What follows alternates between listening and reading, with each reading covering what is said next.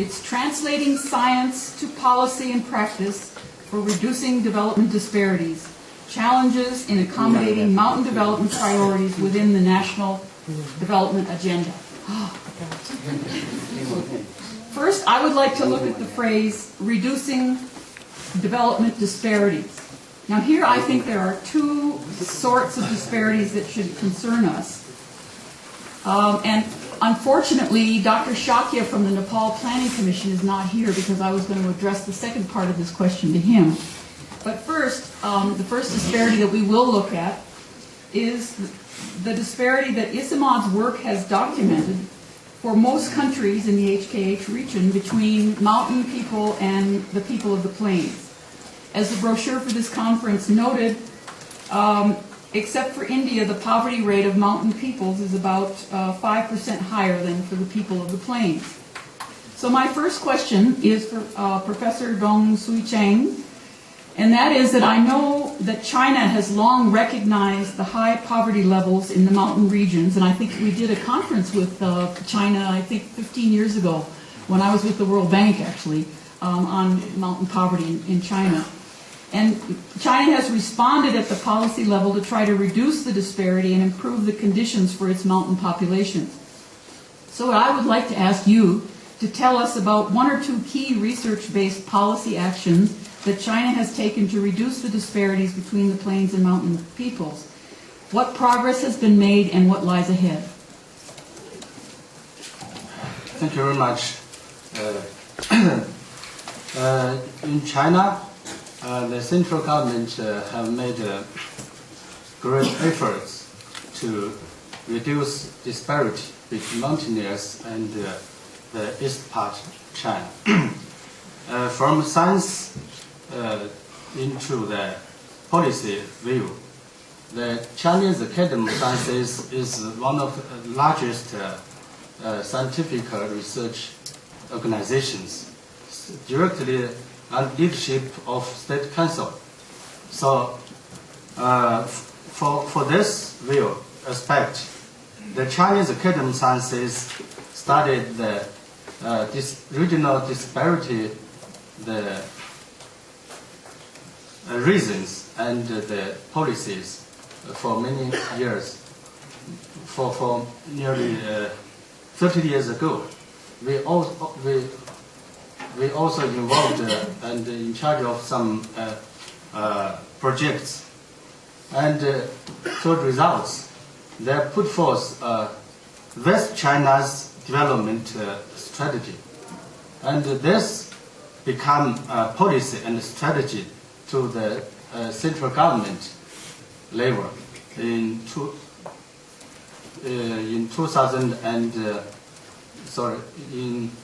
1999, just the end of last year, last century.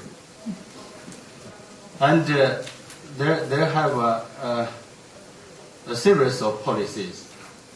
Firstly, in the first decade, from 1999 to 211, they have made 5 aspects progresses for environmental protection and priority and ecosystem reconstruction, and also education and science and technology development.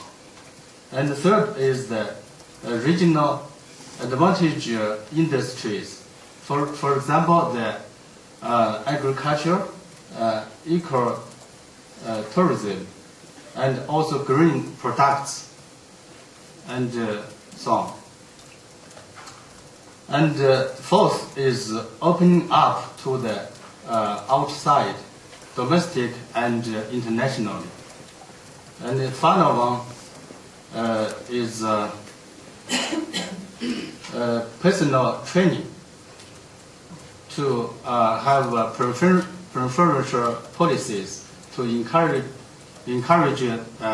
East person have high education and to work in the West part, and also to exchange leaders, officials from central government ministry to the west. For example, Tibet Autonomous Region, Xinjiang Uyghur Autonomous Region, and Yunnan also West China. This have made much more progress economically, socially, and environmentally. The major change is the infrastructure. For example, roadway, highway, and ways, villager to villager, have the new way, hard way to go. And also for sanitary water supply, pipe, and electricities. Even each villagers have electricity provision. And also many schools, primary schools, and healthy equipment. So in the next 10 years, the central government also made the West China's development strategy, focus mainly on the social welfares for the mountainous west part of China, and also focus on the environmental and ecosystem recovery. And many new and high technology, green economy, green energy, for the solar energy, wind energy, developed very rapidly. Okay, thank you very much. We'd now like to turn to the process of moving from knowledge to action, which is suggested above, is rarely the clean, smooth journey suggested by the title of this session. I would like to ask Mr. Javid Ahmed Qaem, in his role as the Director General of Planning and Policy in the Ministry of Agriculture, Irrigation and Livestock in Afghanistan, I'd like to ask him to tell us something about what sources of knowledge he uses to develop the policies and programs to improve the productivity and efficiency of agriculture and livestock for the mountain people in his country. In other words, I'm really asking, in a country with high levels of conflict and few institutional networks, where do you get the science on which to base policies to support more productive livestock? Thank you, Doctor. We usually don't get science, we just go and do it. I think I did talk about certain general issues of agriculture yesterday as well. What we discussed over the email as well, let me give a little bit of information, and I was feeling that part a bit lacking in the conference, in the workshop conference, whatever you call it as well, is the part of the livestock. Our people living in HKH area usually are people who are dealing with livestock. We as a country are an agricultural society, and it's an agricultural country, Afghanistan, but we also have a lot of livestock, and a lot of our people depend on that. For the time being, the only export Afghanistan has got is either fruits on that part of agriculture. On the other part, we have wool, rugs, and carpets. And they're all part of our livestock. Usually, livestock in the HKH region are reared for economic regeneration activities, for transportation, and even for their agricultural activities, to use them on their lands. So it's basically we can claim it, the main part of their life. The other aspect of that is that mostly women are involved, and women are part of that. So it's also that gender sensitivity issue also included. As a matter of fact, government of Afghanistan, since it comes under the spectrum of Ministry of Agriculture, and it comes somehow under my jurisdiction as well, we do have certain programs there. For example, one of our programs is called RMLSP. It's Rural Microfinance and Livestock Project. I talked about the rural microfinance part that day. The interesting thing about this project is it's funded by IFAD. I think somebody was from IFAD today here.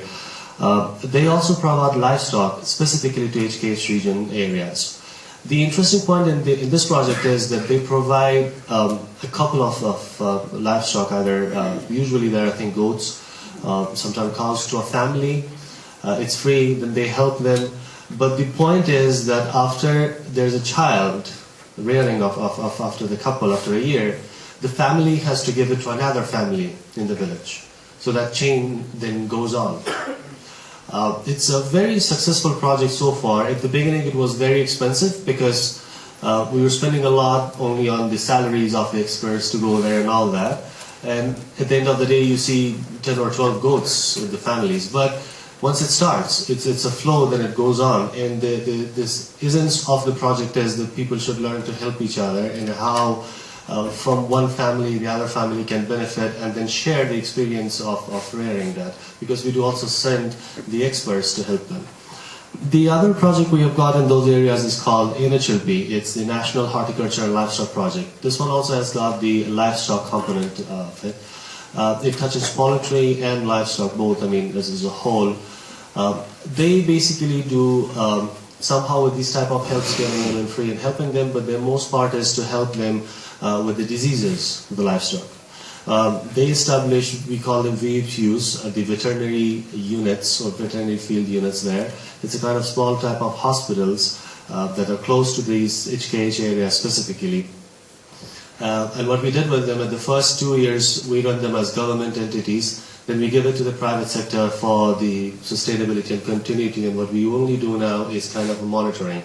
And there are across the country around 1,500 more there. So currently the data we have got is there are 1,300 that are still functioning, and the progress is there.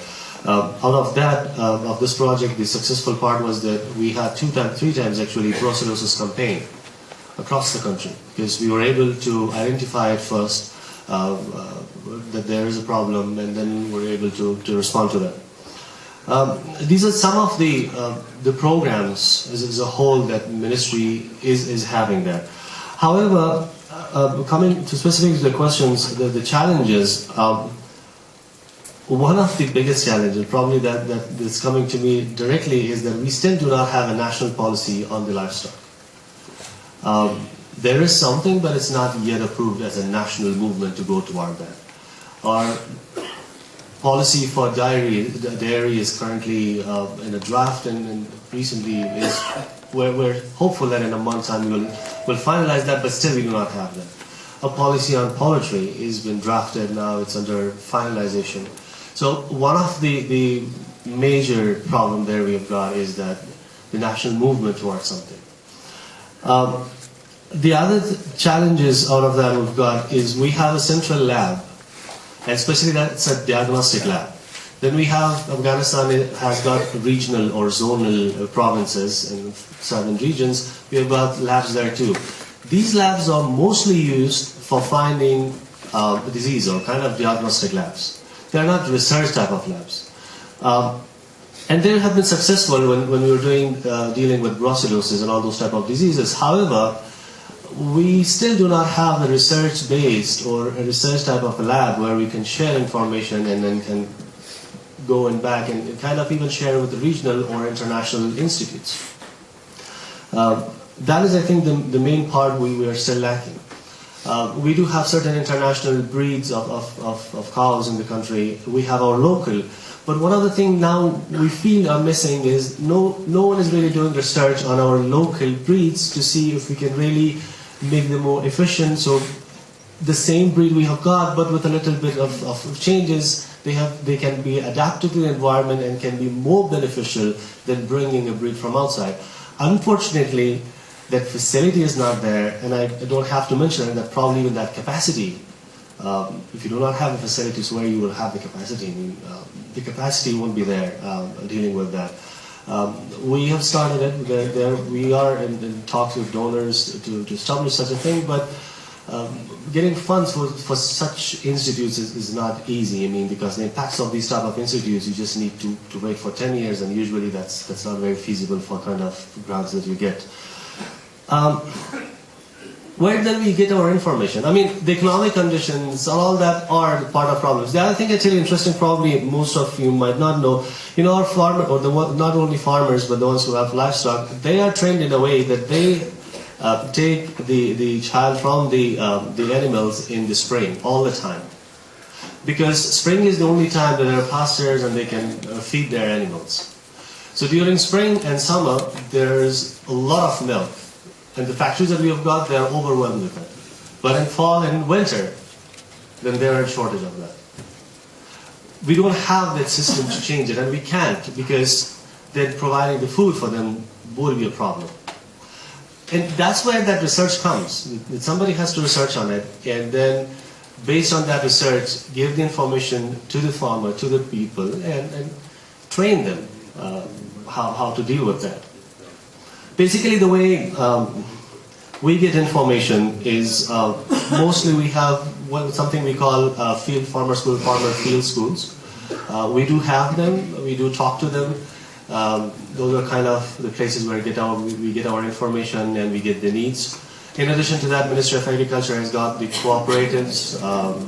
I think many countries got it. We also have them. They are not as active as in France or Japan or even India, but there are cooperatives, and we are in touch with our cooperatives, and those cooperatives give us information. So that's another source of information. Off and on, we do surveys as well. We do get information. We do certain surveys, and we get information from those surveys, either on specific provinces, or sometimes our extension workers go to the provinces and they get basic information, and then we do, based on those surveys, we design certain programs. But trust me, at the point of that we are speaking, we still do not have the statistic for the entire population of livestock, for example, in Afghanistan, or the entire characteristics it has got. So that part is missing. That's why I just said we don't go outside, we just do it. We don't have the info, so we cannot wait until we get the info. We have to reach out there. We have to provide services. It's not, we cannot wait until we have the full information. And the final point, and please do not quote me on that. I saw my quote yesterday on a thing as well. This I'm sharing with you, but please don't quote me on that. We do it as donors want it. I mean, they have got their objective, and we spend it the way they want to spend it there. Please don't quote me on that. Thank you very much.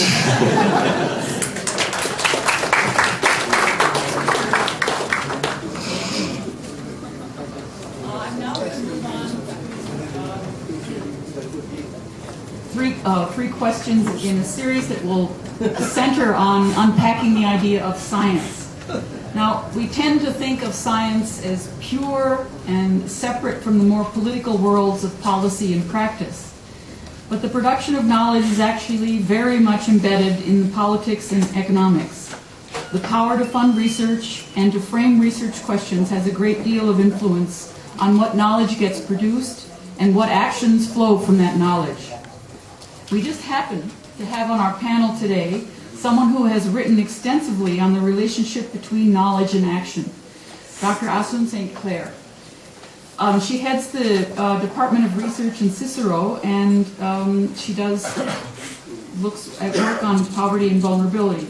Poverty and vulnerability to climate change are two linked issues that are at the center of this conference. And Dr. St. Clair, you have thought deeply about the critical importance of how these two issues are framed when research is conducted and the policies are formulated. I wonder if you could share your perspectives with us. Thank you very much. Delighted to do so, and you can call me on it. I will stick to the points. There is nothing pure about science appearing in some sort of isolated bubble where scientists just think about the problems of the world and then they deliver this knowledge to policymakers, and then policymakers choose what is necessary or what they need. This is an abstraction, and it doesn't happen in reality.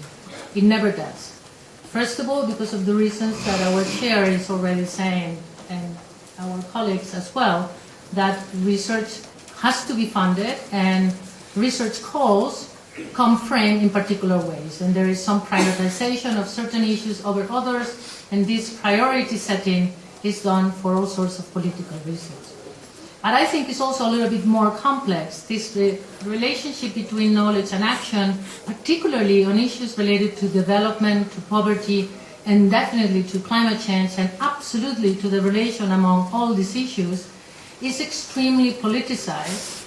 And the links between knowledge and action is like a very fuzzy space. So if you allow me to unpack this space, I will enter to the problem from the part of science, also by saying that the dichotomy between science and action enables scientists to isolate themselves from the problems that policymakers need.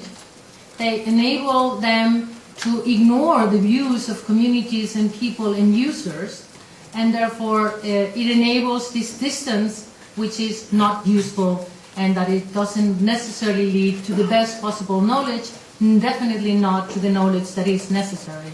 So I have a lot of problems with these issues. Let me give you some examples. Having knowledge or framing issues related to poverty is complicated. Why is complicated? Because poverty is a very complex issue that can be defined in very different ways. So it depends how you define the issue of poverty. You are already settling a net around a particular way of then directing action. So the power of framing is of very high importance, especially when these issues are wicked, when these issues are fuzzy. They are still much more complicated in terms of the easiness that it is to sort of come up with a framing. All of you know this, and this is the topic of this conference. Poverty has been defined primarily after World War II. As Andrea Schill reminded us this morning, the whole development project as such is a post-World War II issue. And from there on, it has been very driven by UN agencies and by donors. So donors have been very much framing what poverty is along the lines with exchanges with the scholars. This is not a blame issue, it's just a recollection of facts. And during these years, poverty has been defined in multiple ways.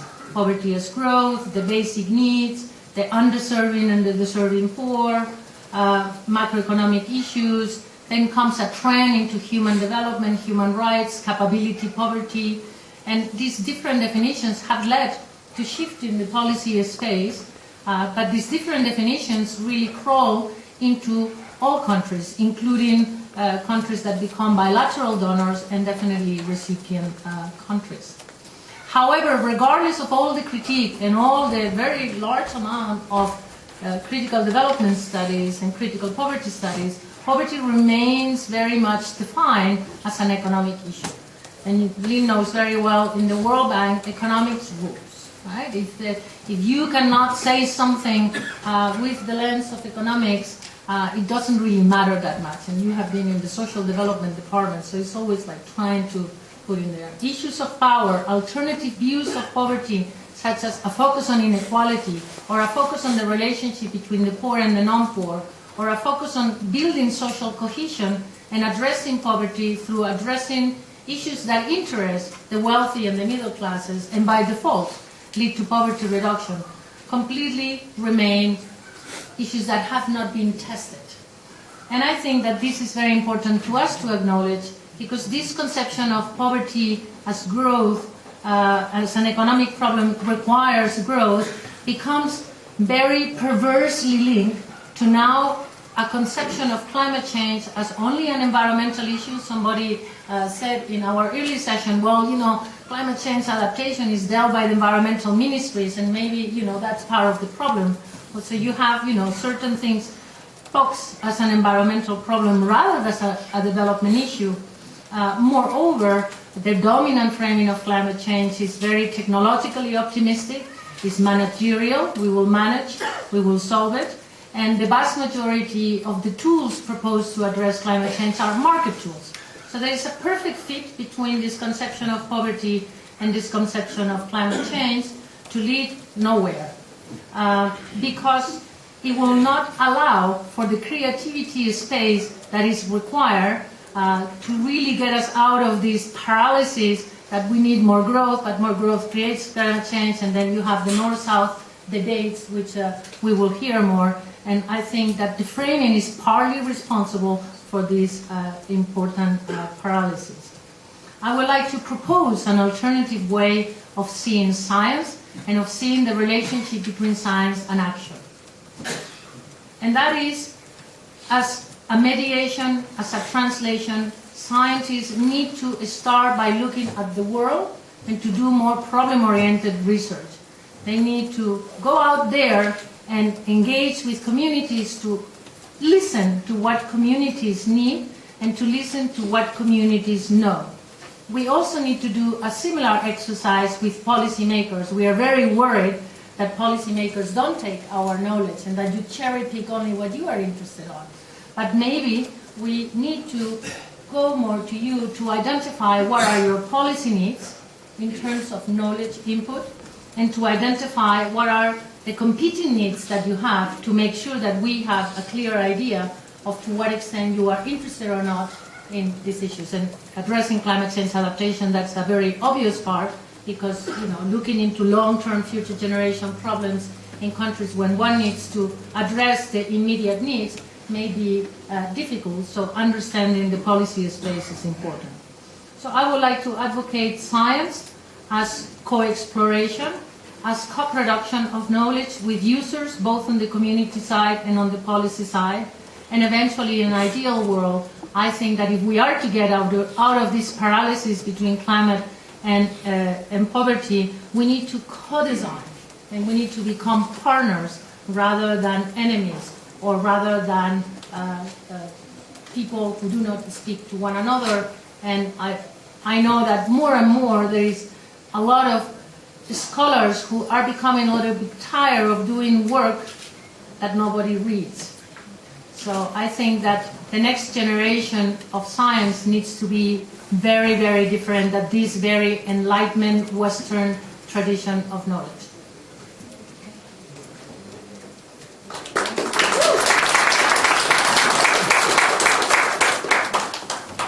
I'm not going to let go of the idea of science. We tend to think of science as something that generally works best to help us understand things that can be quantified and measured, the things that natural science and economists generally address. But we have on our panel today Mr. Sonam Tobgyal, who is the head of evaluation in Bhutan's Gross National Happiness Commission. Now, even though most people have always regarded happiness as far too subjective to be measured, in Bhutan, the GNH, or Gross National Happiness, is considered even more important than the gross national income as a benchmark for government performance. So Sonam and his team have worked with international experts like Sabrina Al-Khairi from the Oxford Poverty and Human Development Department initiative to develop an instrument that can measure and track GNH. Now, it's quite a complex methodology, and I'm not suggesting that we go into it in detail here, although Sonam may need to give us the basic framework. But what would be useful for our topic today is if Mr. Tobgyal could tell us some of the ways in which the government has used the data that it gets from this research to change its policies in certain sectors, or to adjust the way it manages program implementation. Thank you very much, Dr. Lynn. In fact, I'm a little bit intimidated by professors, scientists, and writers. Anyway, before I delve into how we used the findings of GNH survey into our development policies programs, I think I'll talk a little bit on the topic itself, translating science into policy. So our view, or my view, would be until and unless there's a platform for science to be utilized by policymakers, it will be difficult, or it will be a challenge for science or research findings to be utilized by policymakers. So there has to be some kind of institutional setup so that it is required by either policy or law that policies have to be developed based on research or scientific findings. So, in line with that, Royal Government of Bhutan, specifically my division, have come up with something like protocol for policy formulation, whereby, let me get to my notes. All the draft policies have to be, all the draft policies have to go through certain procedures or follow certain procedures, or based on research. So it's a requirement by protocol of policy formulation that they do research, or even if they're not in a position to do, at least utilize the existing research findings or scientific findings or science. So I don't want to delve much into that. So how did we use, or how do we use survey findings on GNH in our while developing policies or programs? I think there are many ways, but I would address, or I would talk about how we developed our 5-year plan, current 5-year plan, more specifically 11 5-year plan. India, they are currently in 12 5-year plan, but we're in 11 5-year plan. We follow the same kind of development framework. So actually our development plans and programs are guided by gross national happiness. And what is gross national happiness? I don't claim that I'm the expert on happiness. So my understanding is it is a holistic approach whereby we accord equal importance to both physical, both economic and non-economic values. So it's a kind of, I would say that GNH is something sustainable development goal plus, SDG plus, or multi-dimension poverty plus, MP plus. Because all the components that are in sustainable development goals are in GNH index. And all the components in MPI, like health, education, standard of living, are also embedded in the GNH index. So that's the overall definition or overall perception of how we perceive GNH. Now, about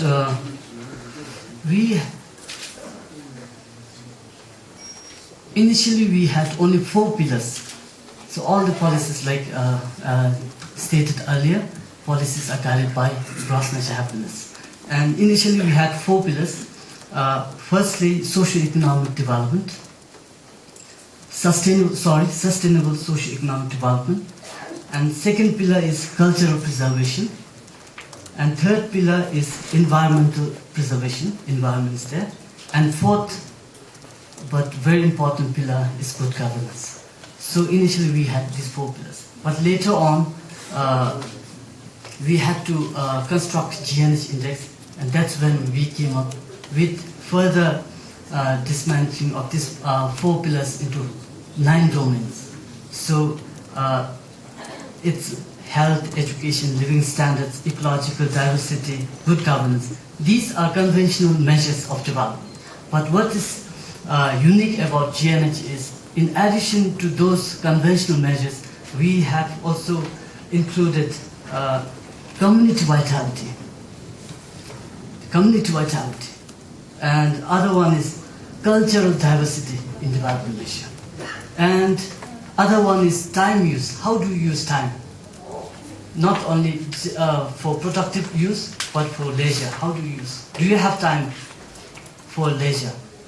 And other one is psychological well-being. So these are the 4 measures that we have added in addition to conventional measures of development. So with that, we actually, it's not gross. I would like to clarify, it's not us, it's not GNH Commission who has come up with this GNH index. We have another research center called Center for Bhutan Studies. So they have come up with this GNH index, and we are just the implementers. So GNH Commission, as the overall coordinating body for both policies and programs plans, we are just implementing. We are actually using their findings while developing plans and programs. So first survey they did was in 2008, and the second survey they did was in 2010. So 2010 people claim that it's not robust enough because of the sampling issues, but 2010 is very robust, and our 11-5 plan starts from 2013 to 2018, and we spent 2.5 years trying to develop and draft 11-5 plans.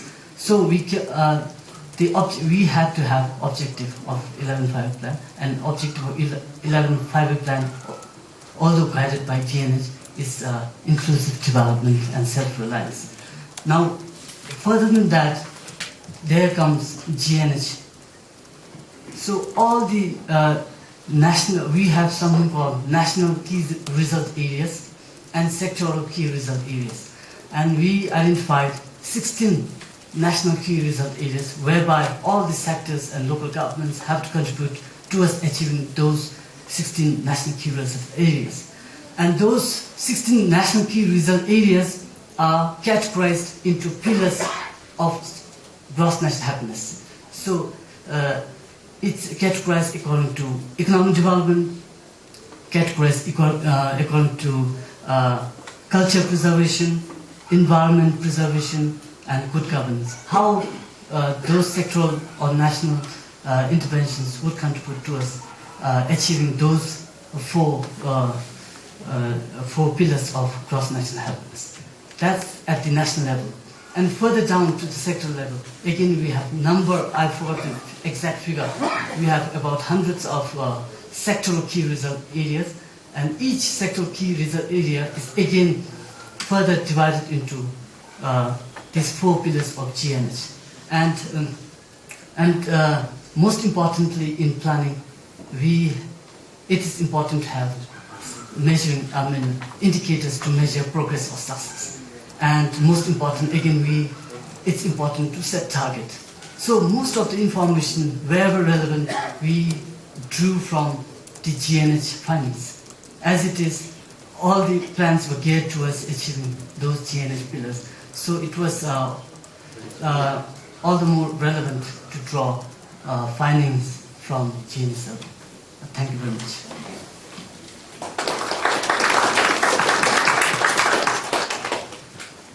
Our final panelist is Professor Paul Desanker, who, among many other things, has been lead author of the African section of the third IPCC report, and thus is on the forefront of efforts to use knowledge to produce change in policy and practice.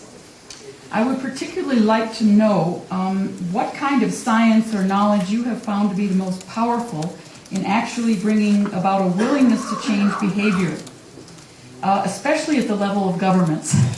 Can you give us an example or two and tell us why you think these particular knowledge products were so powerful and what we need to do to support more of that kind of work? Thank you very much for that challenge. I've yet to find that knowledge that can change behavior at the level of governments. Science rarely brings about immediate change at that level, at least not directly. I think my experience has been that governments, at least in terms of politicians that help make government policies and so forth, they respond mostly to voters, and the link to democracy and development and so forth was made very well this morning and yesterday. So I think perhaps the target should really be the voters in functional democracies, and to see how they can motivate change in their governments. But governments themselves do not respond directly to good science. And I think the use of the IPCC findings over the years is very good proof. There's no doubt from the IPCC that climate change is human caused and so forth. But you see from the results of the international negotiations that that hasn't led to immediate action by governments. So something else is at play in terms of decisions that are made at that level. But nevertheless, I think in cases where issues are put with a human face, they tend to be a lot more effective. So you must have to localize the impact and the science and give it a human face that local people can relate to. That's how to communicate the importance of an issue, and then it raises the awareness of government leaders into action.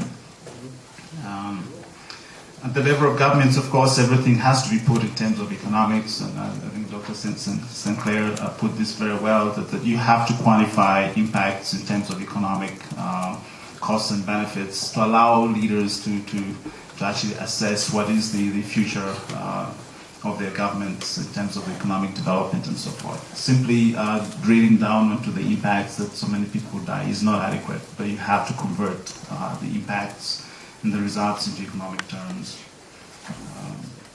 And of course, it's not enough to give local examples. One has to scale it up to the national level, so it gives an indication of the level of importance of an issue. In terms of the immediate to me is 1 to 5 years in terms of political lifetime of leaders, to the medium and long term.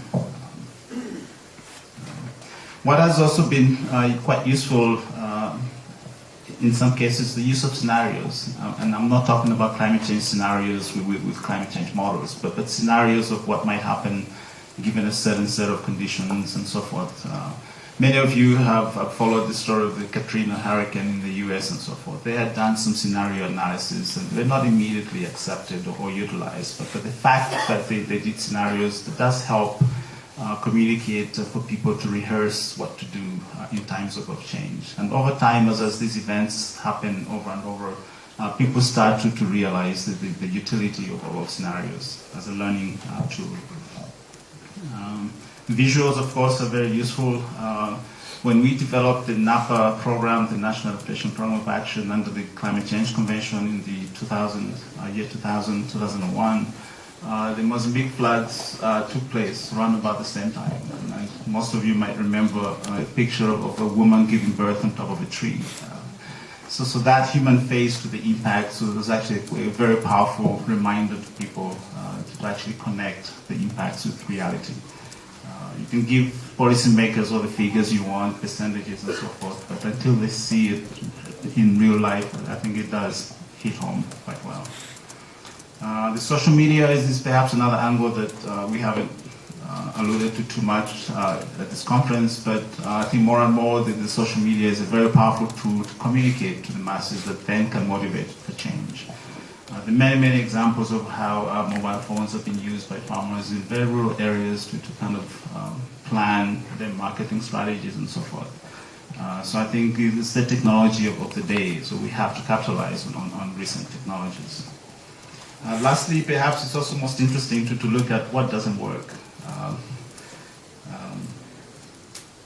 We've seen a lot of detailed and lengthy reports from different groups, thousands of pages of science and so forth. That's usually not very effective simply because the people that make decisions at the national level don't have the time or the ability to comprehend the outcomes of this. But at the same time, that science needs to be accurate and needs to be realistic. I think the cost of a simple error, a small error, is actually quite high because it discredits the whole science. So it's quite important that the science be accurate, be objective, and be responsible above all. And then it needs to be translated into messages that the ordinary people can understand. So those are the contributions I have to make, and I hope that the work that ICIMOD is doing, ICIMOD has a very powerful ability to convey, I think, messages with very effective graphics. I like photography, so it's always pleasing to see the real people in the reports that ICIMOD produces, and I think that goes a long way in helping to communicate some of the science findings behind the work that's going on. Thank you. Thank you very much. Now, we have, I think, about 15 to 20 minutes left, and I thought I would just briefly ask the panelists if they have questions for each other before I go to the audience to see if you have questions for our panelists. So do any of you have a question you'd like to address to another panelist before we turn to the audience? What a shy lot. Okay. No, I was curious about our colleague from Bhutan suggested something about a platform for linking science and policy, and I think that was part. So can you say more about how do you envision this? I mean, there is something called boundary organizations, which are straddle the divide between science and policy. ICIMOD is that perhaps position within these worlds of policy. Is that what you had in mind, or you were thinking more about a hub? Just curious.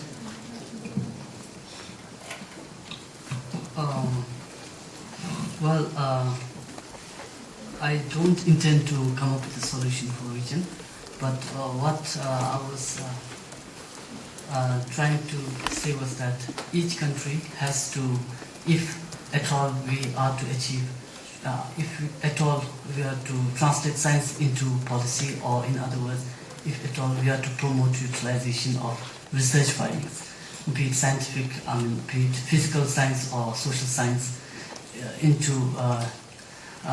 development policy, we need to have some kind of platform. And so I was just trying to exemplify with our protocol for policy formulation, whereby it serves as a platform for science and research findings. Maybe not in terms of, maybe it may not serve as platform 100%, but to some degree it may. Thank you. I'd like to open it now up to the floor, and I'll take maybe 3 questions and then let the panelists answer and then take another round. The lady in the black velvet, would you like to ask your question?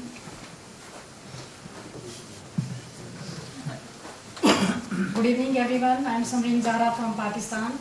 My question is from our first discussant. And before that, I just want to make a small comment. Hardly anyone would disagree that when scientific policies, science is translated into policies, it can work wonders. And we have very good examples before us. It took, for instance, 100 years to Britain to double the yield of wheat grain. And thanks to science and technology, the developing countries could quadruple that yield in the 1960s in decades. And so goes true for the average age thing, because the developed countries invested a lot in increasing that average age, and it was easier for the developing countries to achieve that goal. But the question is, the point is that there is no disagreement regarding the role of science in development as a whole. The point is, when, as the discussant mentioned, problem-specific research. And the developing countries and the poor people, of course, they have their obvious problems, and that needs specific research. Now, in the context when the 80% expenditure on R&D is being done by a few, say, 15 developed countries, and that research is also market-driven, more expenditure is done on research on cosmetics than on, say, malaria or tuberculosis. So my question is that in that scenario, don't you think that the poor people of the world, the global poor, should get a fair share in the global R&D? So that's my question, that this should be part of the post-2015 agenda as well. And I would also like to quote that as per the Commitment to Development Index, it's a specific index that is being maintained by Center for Global Development. As per that index, the developed countries that are very generous otherwise in development assistance, say financial and investment side, they are not very generous when it comes to science, sharing scientific development with the developing countries. So that's my question, that don't you think this should be, the poor people should get a fair share of global R&D? Thank you very much.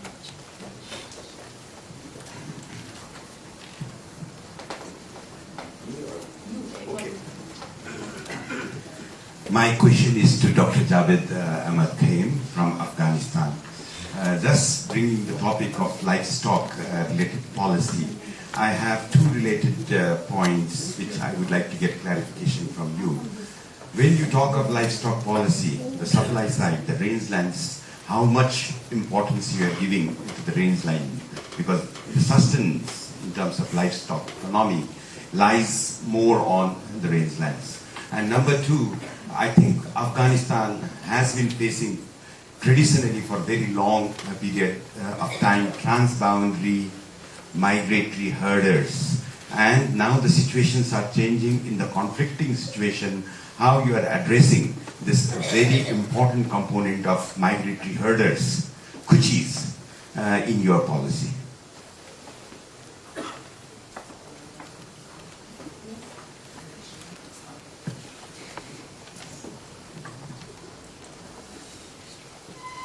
Thank you. Ladies and gentlemen, this is Shamsul Haq Naifel from Afghanistan. I have a question from panelists which is participated in this conference. Actually, I have a little information about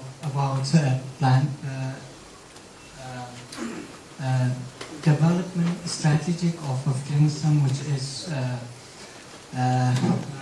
make it in 1920 for Afghanistan. Historically, Afghanistan has made it this development strategic plan for stock of life of people of Afghanistan.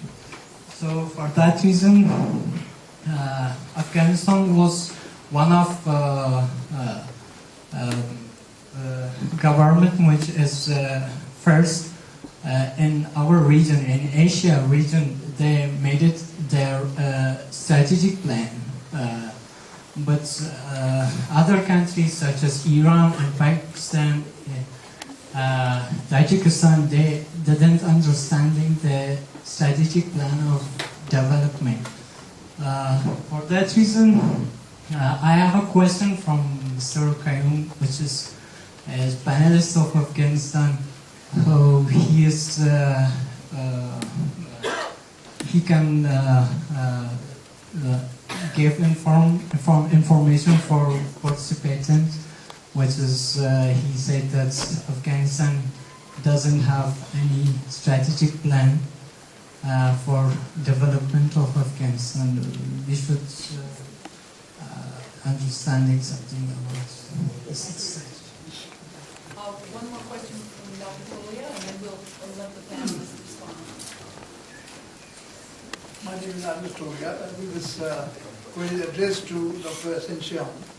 And on the issue of how the knowledge gets generated through science, on the one side, then what mechanism do you have to make that offer, whether it is the community or the policy maker, depending on how you are designing it. So is it amenable to some kind of a system? And there are examples perhaps where such systems can be devised. And how to set the priorities in a particular domain of science. It could be medical, it could be agriculture, it could be livestock, you name it. So is there a kind of arrangement whereby one can learn to, set the priority with the help of community, with the intervention of whichever may be the intermediary, the state and all. For example, if you look at the poverty, with the multi-dimensional nature of poverty, obviously you have to look at the priority in medical, priority in nutrition, priority in health, priority, you name it. So, and then you have different domain of science who are doing that science and creating knowledge. And based on the experience, you are perfecting that science. How to use that science and knowledge into practice? Is it amenable to a mechanism whereby this can be perfected, rotated, and consultation process goes on and you build incrementally on what you're learning?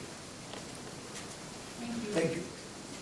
I'm going to give the panelists a chance to respond, and then I'll do one final couple of questions.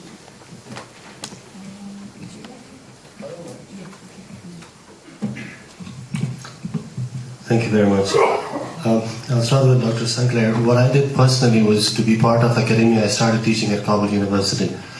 So now part of academia, I think what they are thinking, and also part of the implementation plan. I hope that helps kind of platform. First, coming back to the last question, my friend Adil said, I didn't say that Afghanistan does not have a strategic development plan. I said we do not have a policy for the livestock development. So that's a very specific policy that you should have for your livestock development and how you're dealing with that. We do have a national development plan that was until 2012, which was the Afghanistan National Development Strategy. And now that has been changed with the new Kabul plan and with the Tokyo conference. Now we have NPPs, which we call National Priority Programs.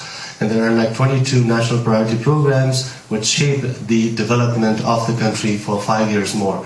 And there is then a plan prepared by different ministries, compiled by Ministry of Economy, and been recently approved or will be approved by the President as a development plan. So yes, we have all that. Specifically the livestock part was, as I said, that's the policy we do not have, we should have that. Now, coming to the friend, the two questions. Sure, sir, we are not only the rangeland, we are looking into the entire process of feeding the animal, because that's the main part, not only on the environment side, that's one part of that, and then also how these people should find the feeding for the animals. So that's a serious question there, and we are taking into consideration whatever we can.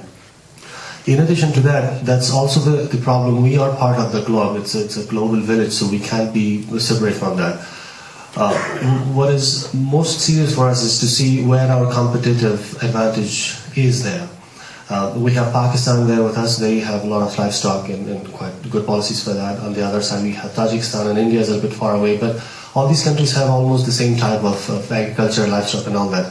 So we do have to take into consideration our advantage, and we on that focusing on our policies more. It's not only rangeland, all the issues, including the rangeland.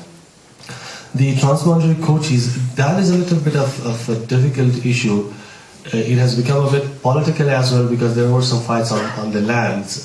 They were claiming certain lands, and the people who were living there were claiming certain lands.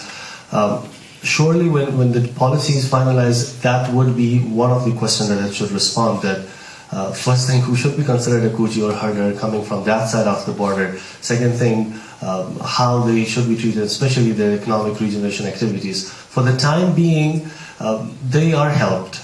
We give them mobile kind of small hospitals type of thing for their herd. They have even mobile schools, so teacher can go with them. All those things are there, but that's like a temporary kind of solution for that. But part of that policy would be to respond to that issue as well. I think the other thing was the R&D for the taking part. I think that was more of your part. I would say yes, they should be part of that, but anyways, that's coming there. Thank you very much. Yes, very quickly. Thank you very much for your questions. Evidently, we want more targeted research for solving poverty, but I will be very careful that along this more research for solving poverty doesn't come a particular framing that is not perhaps relevant for a locality. So that's what I was saying, that it's extremely important that how this research is being done, because it will lead to very different framings and consequences. Think, for example, about, yes, you want research and development also in technology, but do we want now to see the world being taken over by a particular type of agriculture, let's say industrial agriculture technology, versus the local knowledge of organic agriculture and the preservation of biodiversity? So along with one type of knowledge comes the rest, and that's what I was trying to say, that is very important. Then you also have the problems that you need to get out of the box of what is poverty knowledge or not, and intellectual property rights are extremely important. I always say what I call the Bill Gates joke. Intellectual property rights make him the super billionaire of the world by keeping the right of selling windows, right? But then with that money, he is now trying to help solving the biggest failure of intellectual property rights, which is access to medicines. So we need to see both sides, and that's what I'm trying to say. In relation to your question, there is all sorts of emerging critical thinking for these co-production mechanisms, and I think we need to enhance them. Boundary organizations like ICIMOD, that you have this merging, are of fundamental importance. But we also need to create incentives in universities and academia. We have the lucky, like our colleague here, who was in academia and then moved into policy. But researchers have no incentives to do this problem-oriented research. They have incentives to be very narrowly focused on their own discipline, to publish in this particular journal, because that's what gets you the promotion. So you need to have incentives to do the work that you roll up your sleeves. You go to the communities, you go to the policymakers. We have zero incentives for that in Europe. Very, very little. So we need to also change that. The platform that was being talked about, I think, related to that. Can we have a platform where what knowledge you are creating and the application of the recipient, they meet together periodically and decide, rather than the scientist deciding for himself? That's correct. And it becomes a CV enhancing kind of exercise. That's correct. Yeah. So it doesn't help the community or the government or the policy or the community. I completely agree. Okay, I'm afraid we're out of time here, so I'm going to have to, I know, but we have no more time, so I'm going to, I think we all stayed quite late. At least we're nice and warm today, so this is interesting. So I'd like to thank the panelists very much for very, very exciting and coherent responses, and to the audience for your good questions. Thank you very much.